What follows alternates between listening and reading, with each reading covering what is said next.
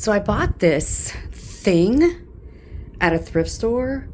I think it is meant for shoes, but I'm gonna try putting my ribbons on it and use it as like a ribbon holder. Yeah, that'll work. Put the big fat ones down there, and the littler ones up there. This way I can actually see what I actually have. So I got it for $1. And yeah, I think it's a shoe rack. Now there are some like dings and stuff, but I think I'm just gonna dust it off and keep it that way. Let me know what you think. All right, so yeah, I put my ribbons on there. All the ribbons that I'm currently working with right now. Got my notepad and my stuff there. I bought this at the Dollar Tree. So I put some scrap ribbons that I had there. I'm gonna put my glue sticks in there.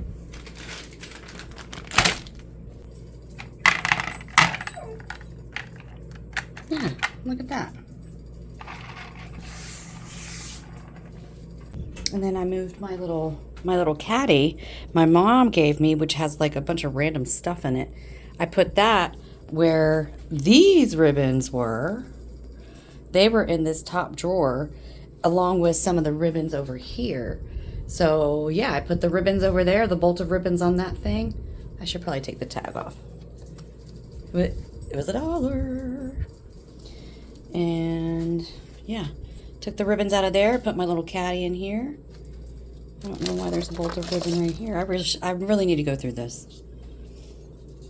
And then I have a bin of like spring ribbons and stuff, so I'll put that away. That's my next project. I got this. I'll just show you real quick. Yeah, that's okay. Yep, that's nice. Okay, well, that's all right. You can roll off the table, it's fine. So I had made this bow to go on a lantern, and then I didn't like it. So I ended up making a bigger bow for it.